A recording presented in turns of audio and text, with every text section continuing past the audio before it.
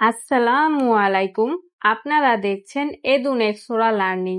এখানে আমি খুব সহজভাবে পড়াশোনার কঠিন বিষয়গুলো বোঝানোর চেষ্টা করি, যাতে আপনারা অল্প সময়ে সহজে শিখতে পারেন এবং নিজের দক্ষতাও বাড়াতে পারেন।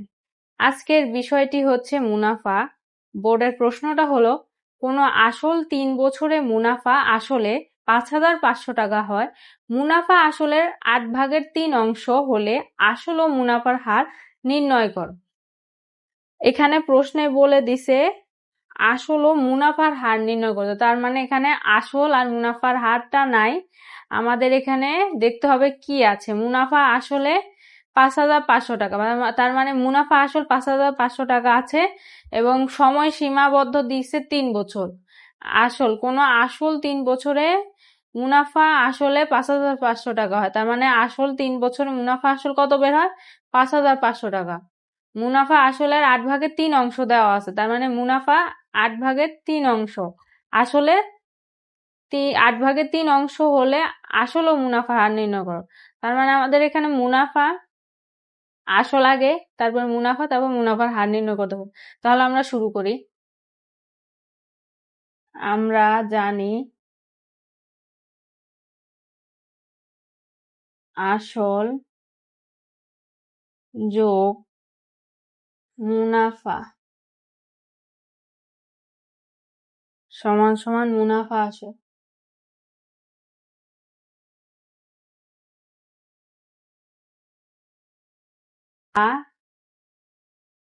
আসল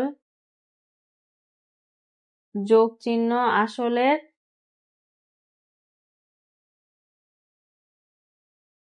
8/3 অংশ সমান 5,500। আসলকে কমন নেই, তাহলে আসলে যদি কমন নেই, এখানে তো কোনো সংখ্যা নাই, তাহলে আমরা 1 ধরবো।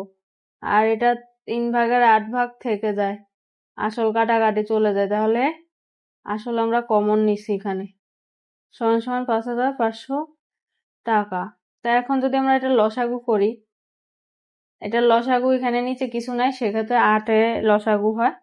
8 এর যদি এখানে মনে মনে কিন্তু কোনো সংখ্যা নাই নিচে, এখানে তো মনে মনে যদি আমরা 1 ধরি, 8 এর সাথে 1 যদি ভাগ দেই 8ই হয়। তাহলে উপরের 1 এর সাথে 8 যদি গুণ করি, 8 একে 8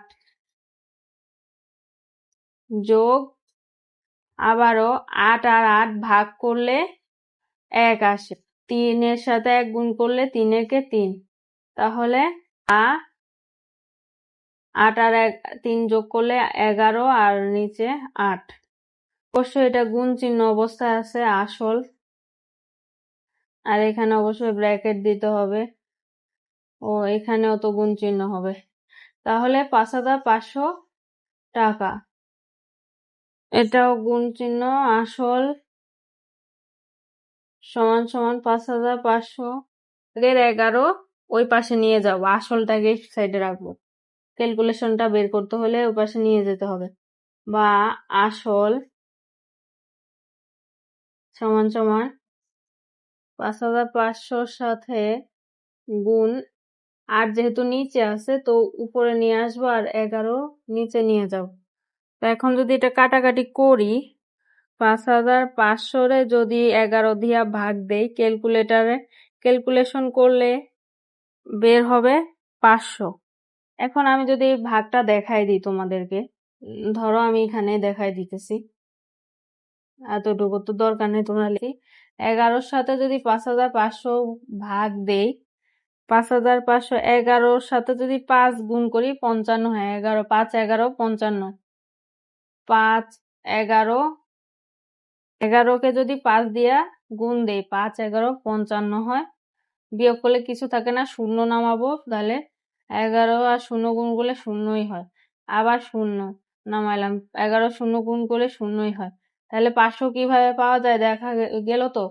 তাহলে এটার সাথে এটা 500, আর 5 8 8 আর 500 যদি গুণ করি 4,000 আসে। 4 8 5 8 40, আর বাকি 2টা শূন্য বসে গেল, এত টাকা। তাহলে আসল কত টাকা? 4,000 টাকা পাইছি আমরা। তোমরা দেখো, তো আছে মুনাফা মুনাফাটা কিভাবে বের করব? মুনাফা আসল থেকে আসল বিয়োগ দিলে, মুনাফা আসল কত জানি এখানে 5,500, আর আমরা একটা আসল বের করছি একটু আগে 4,000, তার মানে মুনাফা আসল থেকে আসল বিয়োগ দিলে আমাদের মানটা বের হয়ে যাবে। মুনাফা আসল কত? 5,500 টাকা থেকে 4,000 টাকা বিয়োগ করলে 4,000, 5,500 থেকে 4,000 বিয়োগ করলে কত থাকে? 1,500 টাকা। এটা তো ক্যালকুলেশন করে দেখানোর কিছু নাই, এটা করে নি। আমরা জানি, এবার আমি মেইন সূত্রটা লিখবো, যে একটা মুনাফার সূত্র আছে, আই সমান সমান পি আর এন। এটা পড়তে গেলে তো, এটা আই মানে কি? মুনাফা, পি মানে আসল, আর মানে মুনাফার হার, এন মানে সময়। তাহলে আই যদি মুনাফা হয়, মুনাফার তো দরকার নেই, মুনাফা বের হয়ে গেছে, আমাদের এখন কি বের করতে হবে? মুনাফা হার, তার মানে আর বের করতে হবে। তার মানে এ পাশে আমরা আর টাকা রাখবো, ও পাশে আমরা আইটাকে নিয়ে যাব। তাহলে আই উপরে নিচে, এটা গুণ অবস্থায় আছে, একটু ভাগ অবস্থায় চলে গেছে, পিএন। তো এখন আমরা যদি মুনাফার হারটা বের করি, অতএব মুনাফার হার সমান সমান, আর কিন্তু মুনাফার হার মানে পি আই আর, আর হচ্ছে এন। পি হচ্ছে আসল, এটা অবশ্যই ডান পাশে লিখতে হবে খাতার, আমি বাম পাশে লিখে দেখাইতেছি আর কি, তোমরা এটাও বাম পাশে অঙ্কর পাশাপাশি এটা লিখবা, ঠিক আছে? আমার এখানে জায়গা হবে না দেখে আমি এইভাবে লিখতেছি। পি হচ্ছে আসল, আই হইতেছে মুনাফা, আই হইতেছে মুনাফা, আর হইতেছে মুনাফার হার, মুনাফার হার, এন হইতেছে সময়, এন হইতেছে সময় বা বছর, সময় সীমাবদ্ধ এরকম বুঝায়। তো আসলে এখানে কিন্তু নাই, আসলে আমাদের বের করতে হয়েছে, তবু আমরা 4,000 টাকা লাগবো, কারণ আমরা বের করছি এটা, এটা আমরা কি করছি? বের করছি 4,000 টাকা। মুনাফা কত জানি? 1,500 টাকা বের হয়েছিল, 1,500 টাকা। মুনাফা আসল থেকে আসল বাদ দেওয়ার পরে মুনাফা বের হয়েছে। মুনাফার হার তো নাই, নির্ণয় করতে বলছে, তাহলে প্রশ্নবোধক চিহ্ন। সময় মানে বছর, এখানে 3 বছরের কথা বলছে, তাহলে 3 বছর। আশা করি এখন অঙ্ক করতে কোনো সমস্যা হবে না। তোমরা সূত্র অনুসারে দেখবা, আমি এখন বসাবো, খেয়াল করে অঙ্কটা করবা। তাহলে আমি এটা মুছে দিলাম। অবশ্যই অঙ্কটা বুঝে বুঝে খাতায় করবা, তাহলে সমস্যাগুলো সমাধান হয়ে যাবে। এবং ডেইলি অঙ্ক করবা, একটা হলেও করবা, সলভ করবা, তাহলে অঙ্ক দেখবা আর কঠিন লাগবে না।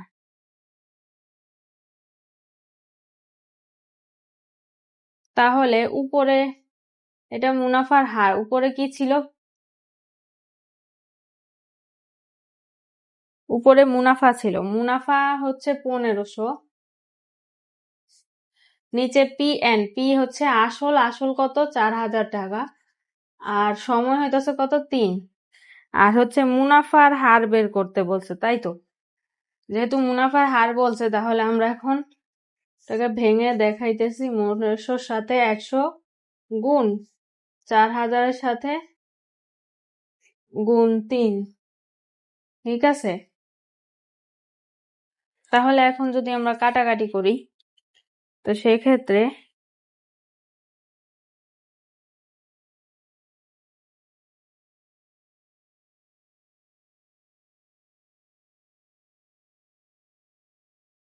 পনেরোশোকে যদি 3 দিয়ে ভাগ দেই, দেখো 1500-কে যদি আমরা 3 দিয়ে ভাগ দেই, 3 পাঁচা 15, একবারে জায়গা, তারপরে 0, 3-এ 0, এখানে অবশ্যই শূন্য একটা নামবে, 3-এ 0, 0, আবার একটা 0 আছে, এই নামায় দিলাম, 3-এ 0, 0, তাহলে 500 হয়। এটা আর এটা কাটাকাটি গেলে 500 থাকে, ঠিক আছে? আশা করি 4,000-এর সাথে যদি আমরা এখন 100 ভাগ দিই, 4,000-এর সাথে 4000-এর সাথে যদি আমরা 100 ভাগ দেই, 100 একে 100, 4 100-কে 400 হয়। তাহলে কত? 400 থেকে 400 বাদ দিলে 0 থাকে, 0 আরেকটা নামাই দিলাম, 100-র সাথে 0 গুণ করলে 0ই হয়, তাহলে 40 হয়। উপরে না, নিচে বসবে, কারণ বড় সংখ্যা নিচে। 40। এবার আমরা যদি এখানে 1 বসবে, 1 পরেও 1, তার মানে এখন 40 আর 500 আছে। তো আমরা যদি 40 20 দিয়া যদি গুণ দেই, 20 দুগুণে 40, 20 দুগুণে 40, আবার 500-রে যদি 20 দিয়া ভাগ দেই, মানে একটা সংখ্যা দিয়ে ভাগ দিতে হবে আমার, যে দেখাই, 500-র সাথে যদি 20 দিয়ে ভাগ দেই, 2 একে 2, 500 ধরা যাবে না, এখানে 500 সংখ্যাটা বেশি হয়ে যায়। 20 দুগুণি 40, 3 দুগুণি 6 বেশি হয়ে যায়, 60-এর ঘরে চলে যায়। তাহলে 2 দুগুণি 4 আর 0, 40। তাহলে বিয়োগ করলে 10 থাকে, আর এই শূন্যটা নামাই দেবো, তাহলে 5 দুগুণি 10, 5 20-এ 100 মিলছে। তাহলে ও 20 দিয়ে কাটাকাটি যায় দোনোটা, এটা 2। তাহলে উপরে 25, নিচে কত? 2, 25, 2। তা এখন যদি আমরা এটাকে আর একটু ভাইঙ্গা দেখাই, অবশ্যই শতকরা এটা প্রকাশ হয়ে গেছে। এটা যদি আমরা ভেঙে করি, 12 দুগুণে কত? 24, 12 দুগুণে 24, আর এর উপরে যদি 1 থাকে, ওই 1 যোগ করলে কত হয়? 25। তাহলে 12 2/1%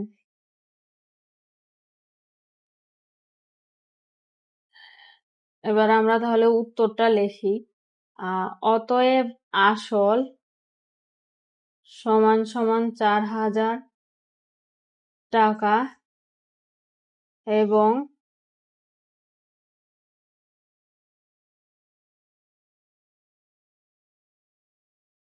মুনাফার হার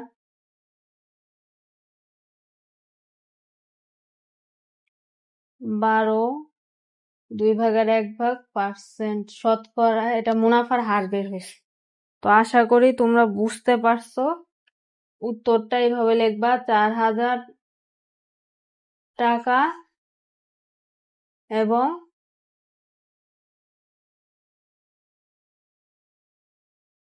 12 2/1%।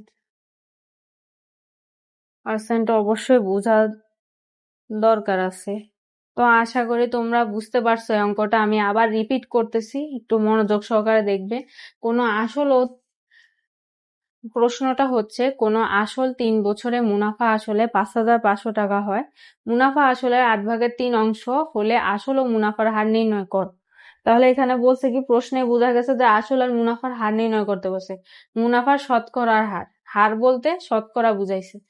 আর এখানে মুনাফা আসল 5500 টাকা, আসল কিন্তু এখানে নাই, আর মুনাফাও নাই, মুনাফাটাও বের করতে হয়েছে, আসলটা বের করতে হয়েছে, মুনাফার হার, মুনাফা হারের আগে মুনাফাটা বের করতেছে। তাহলে আসলে 8/3 অংশ হলে আসল ও মুনাফার হার নির্ণয় কত হবে। তো এইভাবে আমরা সূত্র জানলে, সূত্র অনুসারে কি করছি, আমরা আসলের সূত্র হিসাবে বের করছি আসল, মুনাফা আসলের সাহায্যে। তারপরে হলো আমরা মুনাফা আসল থেকে আসলটা বাদ দিছি আর মুনাফা পাইছি। তারপরে আমরা কি করছি, আমরা মেইন সূত্র হচ্ছে আই সমান সমান PRN, এটা থেকে মুনাফার হারটা বের করছি। তো আশা করি তোমরা এতটুকু বুঝতে পারছো। আজকের ক্লাসটি যদি তোমাদের উপকারে আসে তাহলে অবশ্যই লাইক, কমেন্ট এবং শেয়ার করবে। আর এমন আরো সহজ ও শিক্ষণীয় ক্লাস পেতে এডুনেক্স ওরা লার্নিং পেজটি ফলো এবং সাবস্ক্রাইব করে পাশেই থাকো।